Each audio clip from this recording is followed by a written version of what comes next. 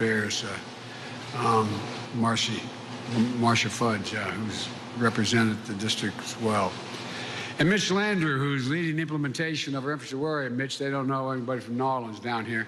He used to be the mayor of New Orleans, and I called him. Mayors know how to get things done, as the mayor will tell you here. And I called him, asked him would he be the hands-on guy to actually implement the law, implement it, get it done, and let people know how they can access it.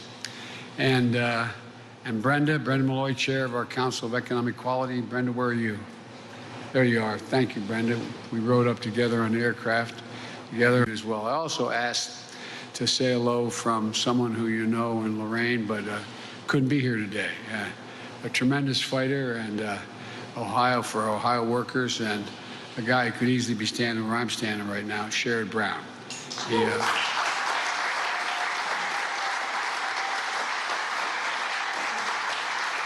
Sherrod Brown working in the Senate, keeping an eye on that other team, see what's going on.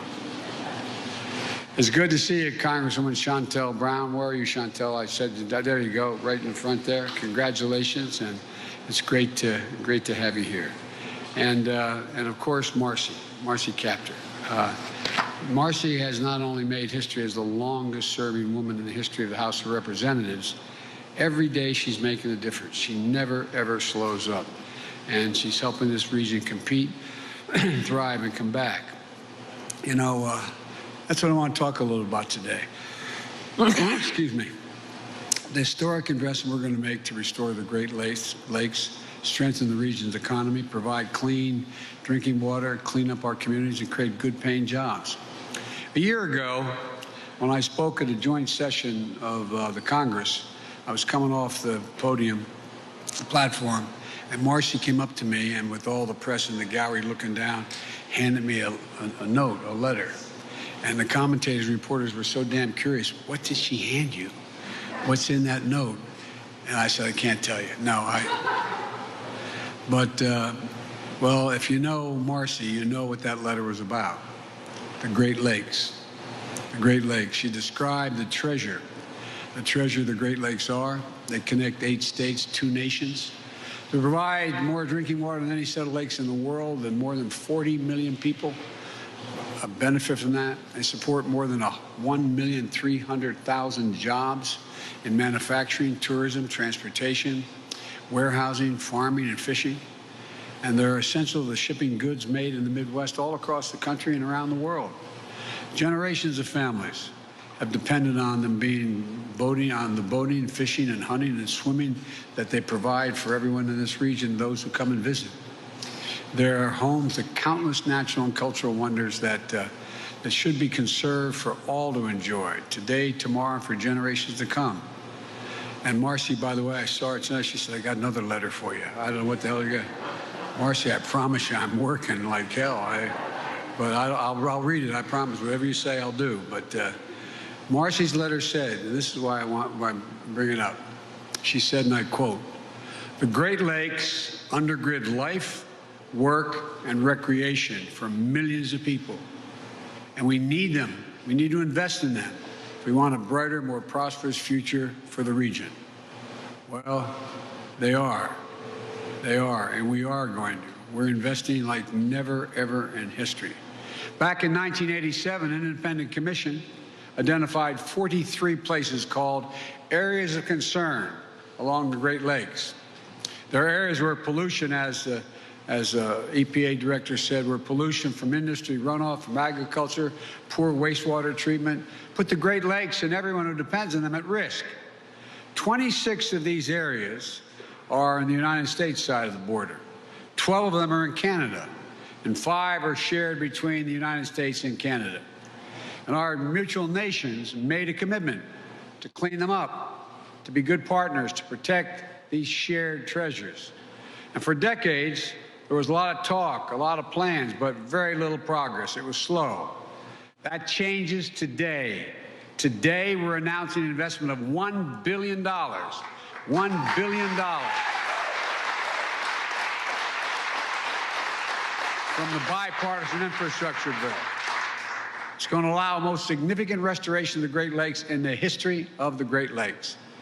We're going to accelerate cleanup of sites across 6 states in the Great Lake Basin, from Duluth, Minnesota to Milwaukee, Wisconsin, Gary, Indiana, Buffalo, New York, and everywhere in between. We know these sites were dangerously polluted for decades. We're committed to clean them up. 3 decades ago, we made this commitment. And yes, we've gotten a couple of them done, like right here, like the one of my old hangouts as well. I went to Syracuse University, and I was a lifeguard on Lake Oswego, and I know the Oswego River up in New York. That was another one that's been taken care of. Now we're talking about cleaning up the Cayuga River behind the Cayuga Gorge Dam, and in the process, and it passes through Cleveland. I always mispronounce it, the Mawami River, right? Wami River in Toledo. I can say Toledo. Restoring the shoreline around the Detroit River in Michigan, the St. Louis River in Minnesota and Wisconsin, the Grand Calumet River in Indiana, and so much more. Dredging polluted sediment, restoring wetlands and habitats, making the water safer for swimming, fishing, drinking, providing habitats for wildlife and wildfowl. And the study found that every dollar we spend cleaning up the Great Lakes generates between $3 and $4 in economic benefit. That's a fact. And it's a really good investment. These are not only investments in we're making the Great Lakes. Last month, we announced over $500 million to upgrade the Sioux Locks in Michigan, which connect Lake Superior and the Great Lakes. 7,000 vessels, and 90% of our country's iron ore moves through these locks every single year. That ore makes nearly all the high-strength steel that goes into U.S.-made cars and appliances. Replacing and modernizing the locks will not only create good jobs doing that, it's going to strengthen our supply chains and get goods moving faster and reduce cost. This is not the totality of what we're going to do, but it's an example of what I've said from day one. We're rebuilding America. We're going to invest in America and build a better America than we found. And for the better part of the 20th century, we used to lead the world by a significant margin because we invested in ourselves. We invested in our infrastructure, our roads, our highways, bridges, ports, airports, the arteries of the nation that allow commerce to function smoothly and move swiftly. And we invested in our people and in opportunity. We're among the first nations to provide universal high school at the turn of the 20th century. We invested to win the space race that facilitates in facilities like Lewis Research Center in Cleveland, which is now named for my buddy John Glenn, God rest his soul. And we led the world in research and development and led the creation of the internet. But somewhere along the way, we took our eye off the ball. We took our eye off the ball. Our infrastructure used to be rated #1 in the world. Today, according to the World Economic Forum, we rank number 13 in the world. China and the rest of the world is catching up and passing us. But now, with our infrastructure law, we're reinvesting in our economy and in our people, reclaiming our leadership and creating millions of jobs for building a better America. That's what we're going to do. But as we rebuild America, we're buying American and betting on American workers. This Buy America law makes the most significant investment in roads and bridges and highways in nearly 70 years through the infrastructure law, fixing as many as 1,300 bridges and nearly 5,000 miles of highway right here in Ohio that are in poor condition. If I note parenthetically, not long ago, I went to visit a place in Pittsburgh, Pennsylvania, where a bridge that was well over 100 feet off the ground going over a gorge completely collapsed at 6:30 in the morning. Thank God there was only 3 vehicles on it. No one died. But had it been during rush hour, kids in school buses, there would have been numerous people that would have been killed or maimed. American workers building these roads and bridges with American-made steel is how we're going to do it. Jobs making high-speed internet affordable and available to the 14% of households in the state of Ohio that don't have the internet. We also know that Ohio has the second most lead pipes in the country. You have 650,000 lead pipes here in the state of Ohio. We're going to start undoing the legacy of lead, which has poisoned too many of the region's children. That means replacing 100% of the lead water pipes and service lines and addressing what they call PFAS, a dangerous forever chemical that are a threat to the drinking water here in Ohio and other parts of America. Every American, every child should be able to turn on the faucet and know that the water they're drinking is clean and safe. We're also going to create thousands of good-paying jobs in the process with union plumbers and pipe fitters.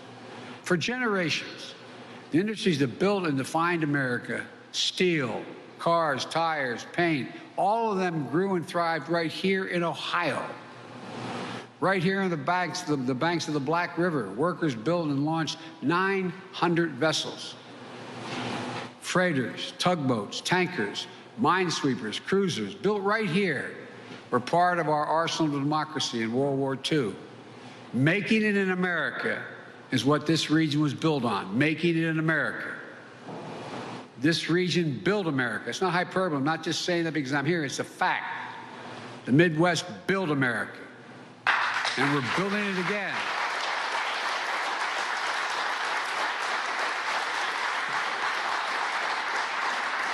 Again, you've heard me say this often. You know, if Wall Street's there are a lot of good people in Wall Street. They do good things, a lot of them. Not all, but a lot of them. And guess what? The fact of the matter, Wall Street didn't build America. Ordinary middle-class people built America. And manufacturing and unions built the middle class.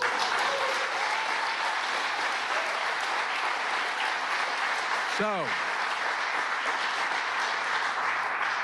we're bringing manufacturing jobs back, taking supply chains back home from abroad so we have better jobs and lower prices. And now, instead of losing manufacturing jobs, since I came to office with the help of the congressional delegation down here, we have added 375,000 manufacturing jobs in 1 year.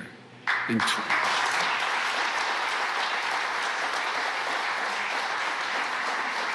2021, we saw the highest increase in union manufacturing jobs in nearly 30 years.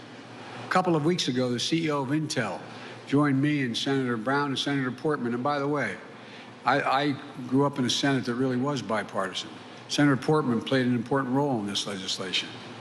And so at the White House, they came to see me, and the head of the Intel came. He wanted to announce at the White House $20 million investment, $20 billion investment in semiconductor campus outside of Columbus, Ohio. Now, semiconductors are badly needed. Those computer chips to manufacture automobiles, appliances, cell phones, and so much more. We invented them, but we don't make them anymore and relative to the rest of the world. It's going to create 10,000 jobs. 10,000 jobs. By the way, 7,000 jobs constructing this massive facility and 3,000 jobs running the facility, making an average salary at that facility of $135,000 a year, blue-collar workers. Pretty good money. Manufacturing essential products that are stamped made in America. And there's more. Just a couple weeks ago, General Motors announced a $7 billion investment in Michigan to manufacture electric vehicles, creating 4,000 new quality jobs. That's on top of the announcement that I say Ford, that was General Motors. And Ford made last year an $11 billion investment in electric vehicles, creating 11,000 new jobs. 3 weeks ago in Western Pennsylvania, after I went to look at that bridge, the Union Pacific Railroad announced the largest purchase of American-made battery electric locomotives in history. And because the infrastructure law also delivers $7.5 billion to build a national network of 500,000 electric vehicle charging stations all across America along our new highways. And I might add, installed by the IEBW. Last week, a company called Tritium announced a new manufacturing facility in Lebanon, Tennessee, to build 30,000 electric vehicle charging stations per year using American iron and American steel and American workers, creating 500 new permanent jobs in Tennessee. We're seeing a drumbeat of good-paying jobs unlike anything we've seen in our history. But not only that, with these announcements, We're also showing that growing the economy and creating jobs can go hand in hand with protecting the environment, not decimating it, meeting the moment on climate change. Like our program to clean up abandoned mines and cap and plug orphaned oil and gas wells, sweeping and spewing methane into the air.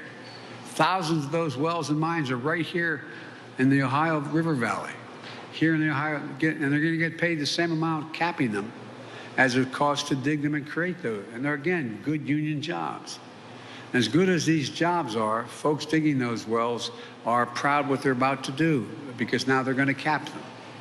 The infrastructure law also helps us invest in cleaner, stronger, more resilient electric grid with 100% clean electric energy being generated by the year 2035. And some of those utility poles and transformers are going to be installed by machines that are right here at a place like Skylift. You know, all of this is going to do is create more good-paying jobs and make us more globally competitive and help us fight climate change and get to net zero. Look, there's so much more to say. I'm inclined to go on, but I've kept you too long. Let me close with this. What you've done here in Lorraine shows what's possible. You've reclaimed your waterfront, cleaned your drinking water, restored wetlands, which will help protect against storms and flooding from extreme weather and the spring thaw, and set the stage for jobs and businesses of the future. You know, tomorrow would have been the birthday of Lorraine, one of Lorraine's most famous daughters, Toni Morrison, Nobel Prize winner, Pulitzer Prize winner.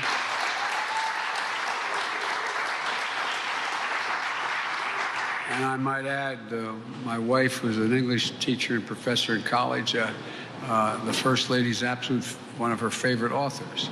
I remember her going over to Princeton to interview Toni Morrison for a paper she was doing for one of her doctorates. Her doctorate, not one. She has a couple of masters, one doctorate. Toni Morrison is also the mother-in-law of the chair of my economic council, my economic advisor, Council of Economic Advisors, Dr. Cecilia Rouse. Toni passed away a couple of years ago. The reason I mention her is not because of her relationships to the administration, but her words that she told us to live by. She once wrote, quote, "We got more yesterdays than anybody. We need some kind of tomorrow. We need some kind of tomorrow." Places like Lorraine have a lot of proud yesterdays. Now they're going to have some brighter tomorrows. And because of all of you, well, God bless you all. May God protect our troops. And the reason they tell me I've got to head out, I hadn't planned on going immediately, is because of weather going back to Washington. And there's a little thing going on in Europe right now.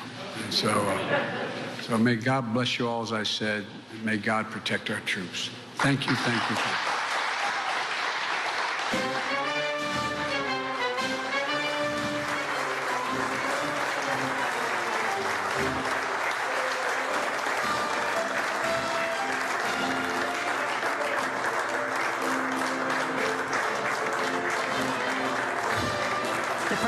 States there in Lorain, Ohio, talking about his $1 billion plan for infrastructure as he's investing in the Great Lakes Restoration Project. And as you heard him mention, there is a little something going on in Europe as well, which is why he has got to get back here to our nation's capital. But it's actually not a little thing, of course. ABC News White House correspondent Mary Alice Parks, we, of course, are talking about a very big issue, and that is an impending invasion, possibly into Ukraine by Russian forces. We learned earlier that Biden, according to the White House, feels that he is able to deal with these multiple crises at once and continue with his agenda, continue with his engagements today. But at some point, Mary Alice, he is going to have to hunker down at the White House and figure out what the next move is. And the move we're talking about is that by Vladimir Putin, the president of Russia.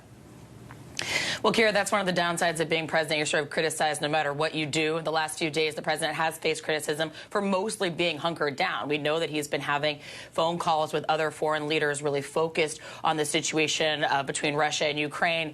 But you're right, today he went ahead with this planned event. He wanted to do what he loves to do, which is try to talk to people out in the country about how he hopes the federal government will be able to work for them and to tout some successes from the administration. Like you said, he was out there sort of celebrating the single largest federal investment in Great Lakes restoration, $1 billion, that he hopes will make a really huge difference to the cities and towns there in that region. But you're right, on his way out with everything going on in Russia, with all of this big diplomatic push today from his Secretary of State and his Vice President, the White House is facing questions about whether it made sense for him to be going to Ohio. And they responded, like you said, saying that whether it's a Democrat or a Republican, every president has had to deal with multiple crises at once. He's been a vice president. He's been in the Senate. He knows how to deal with it. Okay, and we're going to deal with it, too, by talking about it for the rest of the day and follow all the developments as we know it. Mary Alice, thanks. I'm Kira Phillips. Thanks so much for joining us. We will have the very latest at the top of the hour on this possible Russian invasion of Ukraine, plus other of the day's headlines. Stay with us. Don't go far. We'll be right back.